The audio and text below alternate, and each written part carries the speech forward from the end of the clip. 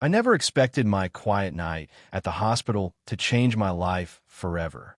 I had gone there only to check on my sick mother, tired and worn out after another long day, when something unusual caught my eye.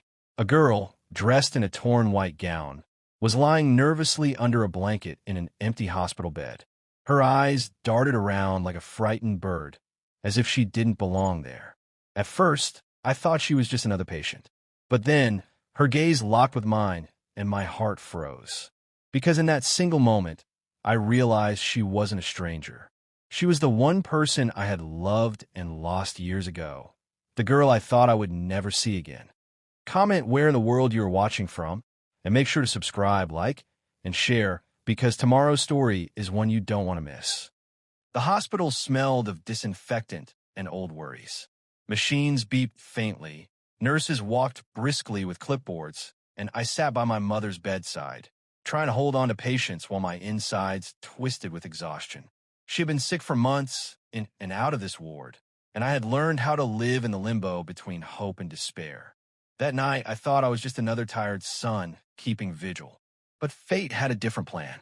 I saw her out of the corner of my eye, slipping quickly beneath a blanket on a bed that no nurse had assigned.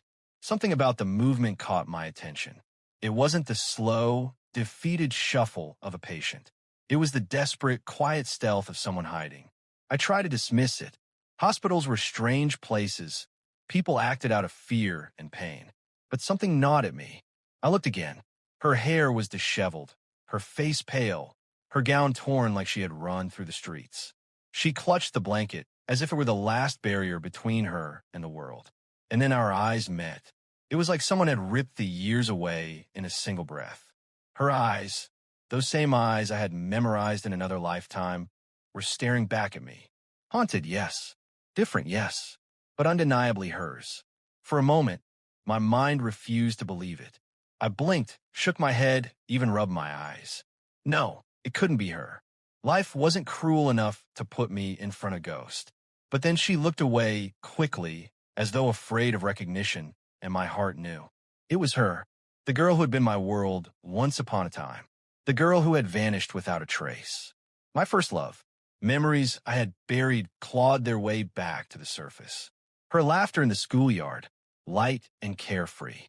Her stubbornness when she argued about books under the old oak tree. Her hand slipping into mine during those innocent afternoons when forever felt like a promise we could actually keep. And then, the day she disappeared. No explanations, no goodbye.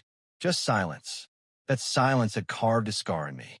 I had waited, searched, even prayed for answers.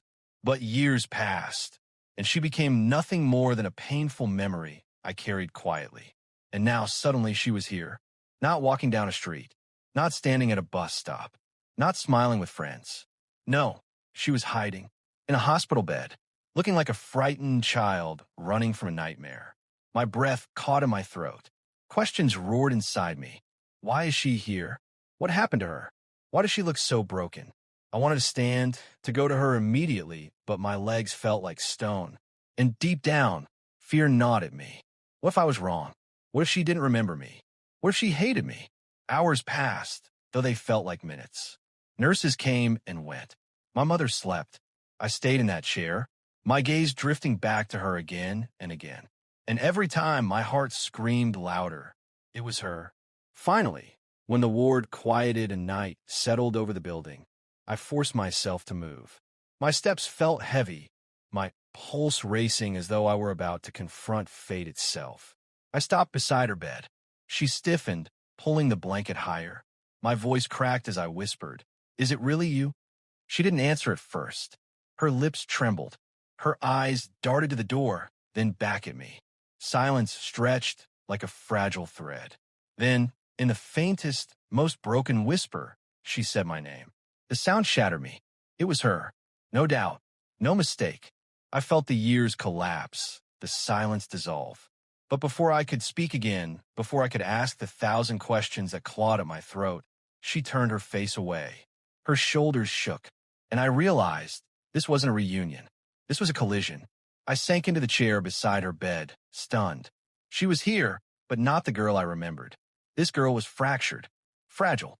hiding from something I couldn't yet see. And deep in my chest, something told me the truth I was about to uncover would change everything. The silence between us was unbearable. She had spoken my name, confirmed my deepest suspicion, and yet it felt like an entire wall stood between us. She wasn't the girl who once laughed with me under the stars, who scribbled dreams in her notebook, who swore we'd always find a way. This girl, my girl, was trembling, broken, hiding under hospital sheets like a fugitive. I wanted to take her hands, to beg her to tell me everything. But she flinched even at the sound of footsteps in the corridor. Every creak, every distant cough, every metallic clang of hospital trolleys made her eyes dart around in panic. Finally, when the ward grew quiet, she whispered, "Please don't tell anyone I'm here." Her voice was so faint, I almost thought I imagined it. But then her trembling gaze met mine, and the desperation in those eyes nearly crushed me. "I won't," I promised. My voice cracked, but my heart meant every word. "But why are you here? Why are you hiding?" Her lips quivered, and for a long moment she stayed silent. Tears welled in her eyes. I could see her fighting an internal war, whether to trust me or shut me out again.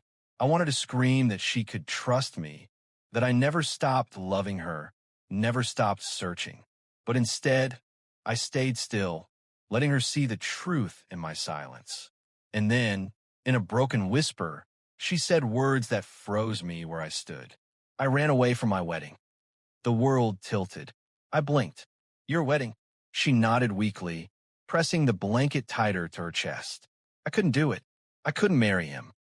My breath caught. All the years of pain, the unanswered questions, the emptiness. Now, they came flooding back with a cruel twist. She hadn't just disappeared. She had been trapped. "Who?" I asked carefully. "Who were you supposed to marry?" Her face twisted with fear, and she shook her head violently. "I can't talk about him. If I do, everything will get worse. He'll find me." The fear in her eyes told me everything I needed to know. Whoever he wasn't just a man. He was a threat, a monster cloaked in wealth and power.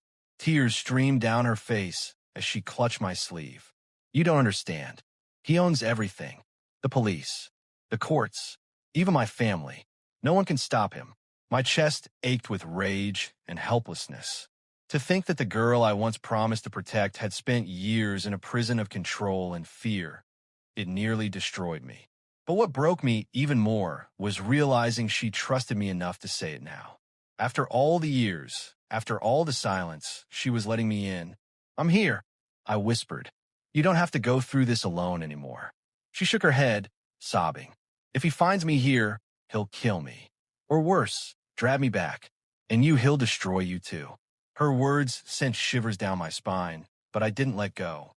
Instead, I held her hand firmly, grounding her. "Let him try," I said quietly. "He doesn't know what I lost when I lost you. I won't let him take you again." For the first time that night, I saw a flicker of hope in her eyes. Small, fragile, but it was there. And then footsteps echoed in the hallway. Heavy, deliberate. She froze. Her body stiffened, eyes wide with terror. "They're here," she whispered, her voice breaking. My stomach dropped as the shadows of tall figures passed by the frosted glass of the ward door. Men in suits scanning every bed, every corner. Her groomsmen.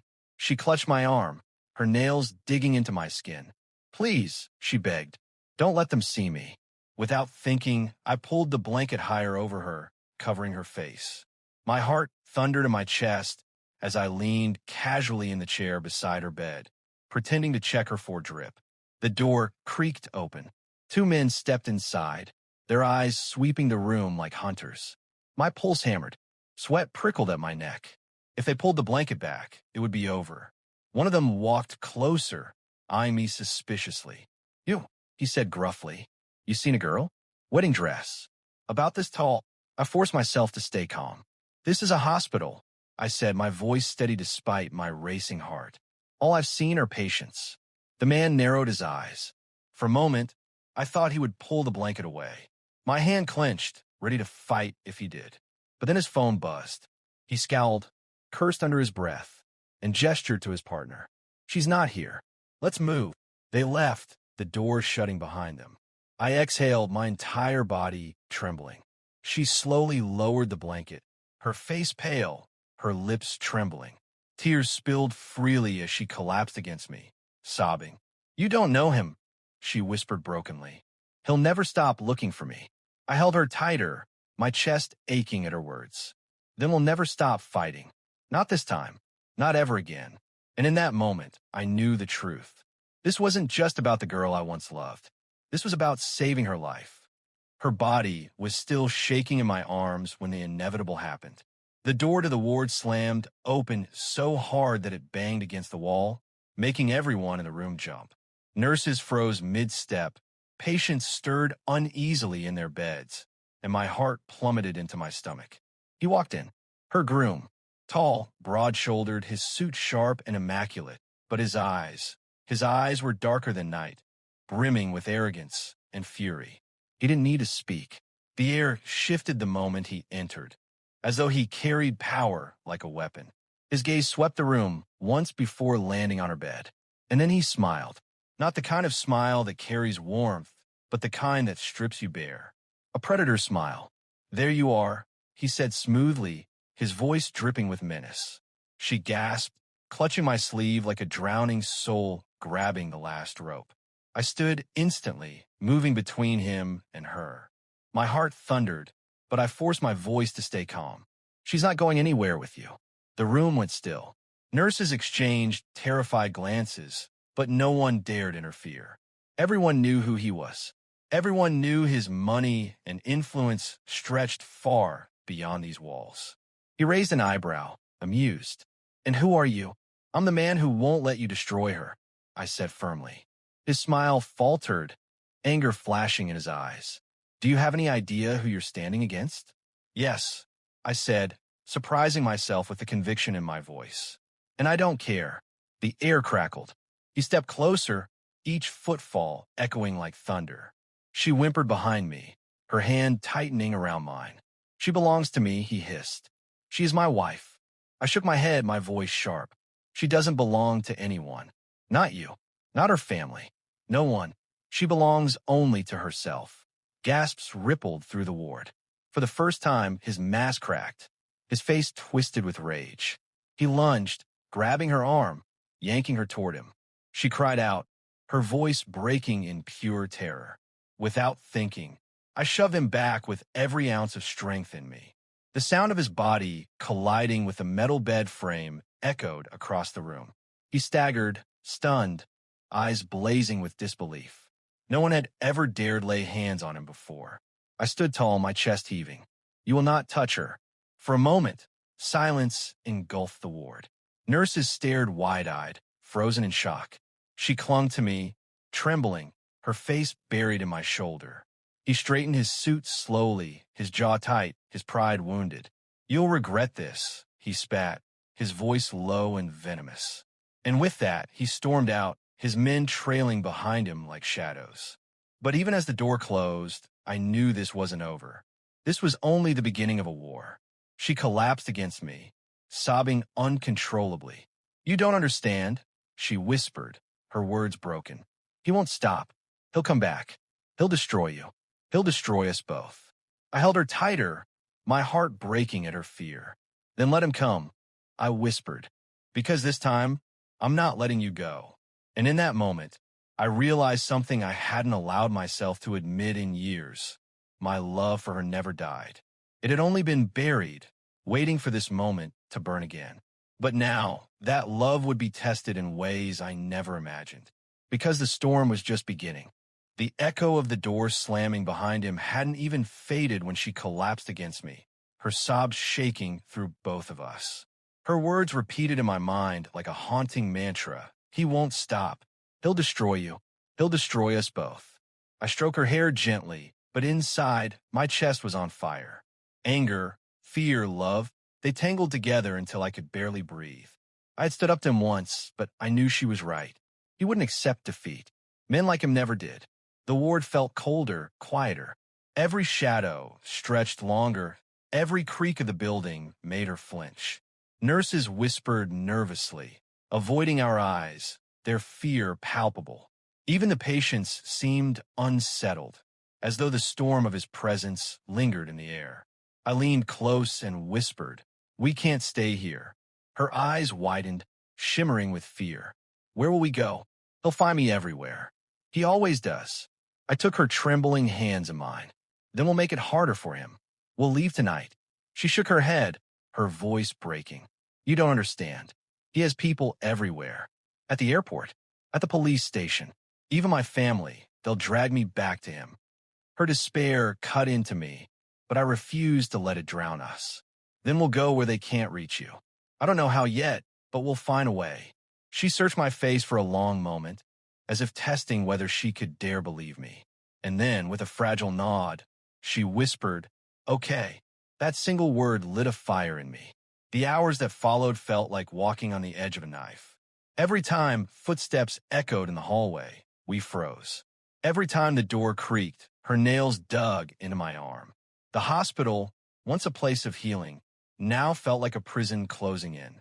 Finally, when night wrapped its dark cloak around the city, I whispered, "It's time." I slipped my jacket over her shoulders, hiding the torn gown she still wore. Her face was pale, her body fragile, but her eyes carried a spark of courage. She clung to my hand as we slipped past the ward doors, hearts pounding with each step. The corridors were dim, lit only by flickering lights. My every sense was on fire, alert to danger. We passed by nurses too tired to care, cleaners sweeping the floors, and security guards distracted by their phones. Just when I thought we might make it, I heard it. The heavy sound of polished shoes striking the floor. I turned my head and froze. Down the hall, his men were coming.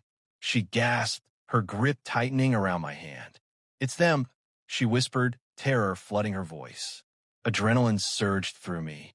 "This way." I pulled her down a side corridor, our footsteps echoing like gunshots in the silence. The chase had begun. We ran past deserted waiting rooms, through empty stairwells that smelled of rust and dust. Every corner felt like a trap, every door a dead end. Her breath came in ragged gasps, her body weak, but she didn't stop. "They're getting closer," she cried, tears streaming down her face. I pulled her tighter against me. "Trust me. Just trust me." We burst through a service exit, the night air hitting us like a wave. The city stretched out before us, dark, endless, full of shadows. But freedom never felt so terrifying. Behind us, voices shouted. The men had found our trail.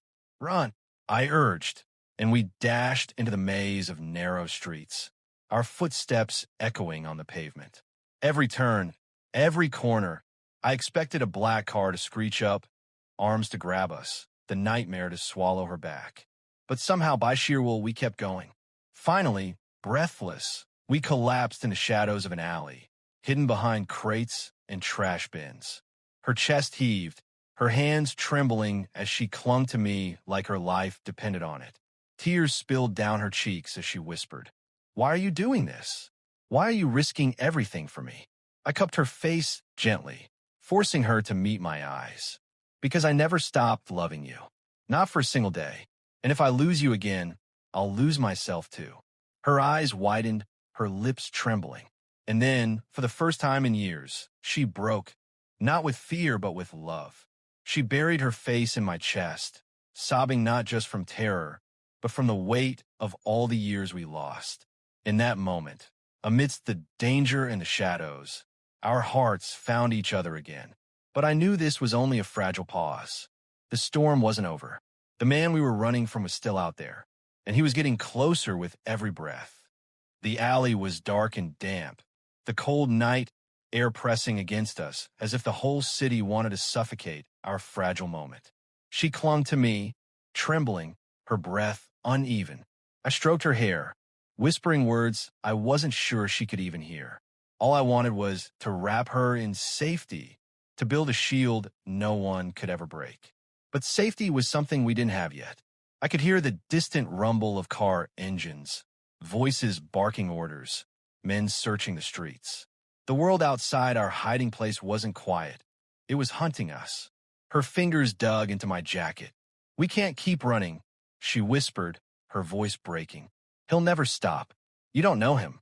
I looked into her tear-stained face, and for the first time in years, I felt clarity. Then we don't run anymore. We fight. She blinked at me, stunned. Fight? How? He owns everything. Maybe, I admitted, but he doesn't own us. Not anymore. For a long moment, she stared at me, as though trying to believe the impossible. And then, slowly, she nodded. It wasn't confidence. It was surrender to hope. The kind of fragile, trembling hope that could still change everything.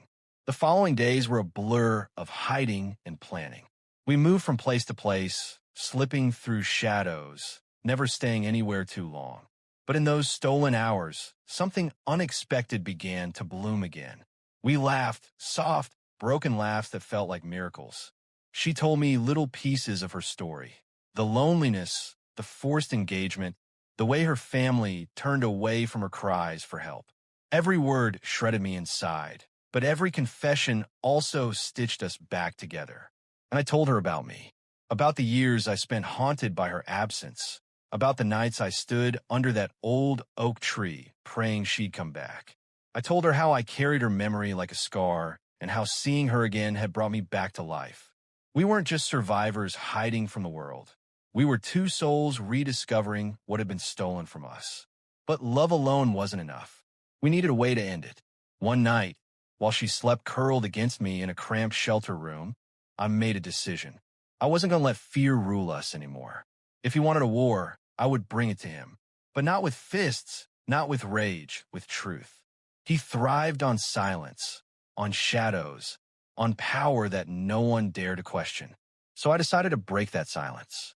With the help of an old friend who worked in the media, I exposed everything. Her forced engagement, his threats, his abuse, the web of power he spun around her life. Names, dates, evidence, it all came pouring out like a flood.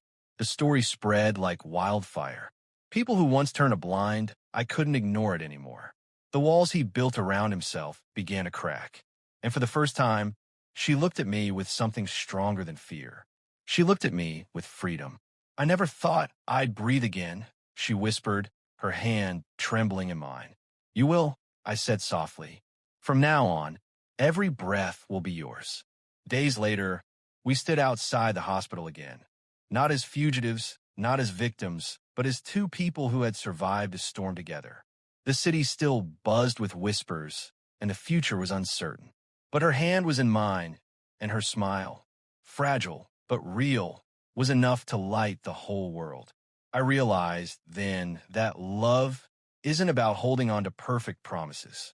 It's about standing in the fire and choosing each other again and again, no matter how impossible it seems. And as the sun rose over the city, painting the sky in gold, I knew our story wasn't ending here. It was just beginning. Life tests love in ways we can't always understand. Sometimes it breaks us apart. Sometimes it hides us in places we never thought we'd be. But true love always finds a way back. If you're listening to this story, ask yourself, who would you fight for, no matter the cost? Who is worth breaking through fear, silence, and shadows for? Because when you find that person, don't ever let them go. Hold them, protect them, choose them every single day. And maybe, just maybe, your story too will remind someone that love is the only thing in this world that's truly worth running toward.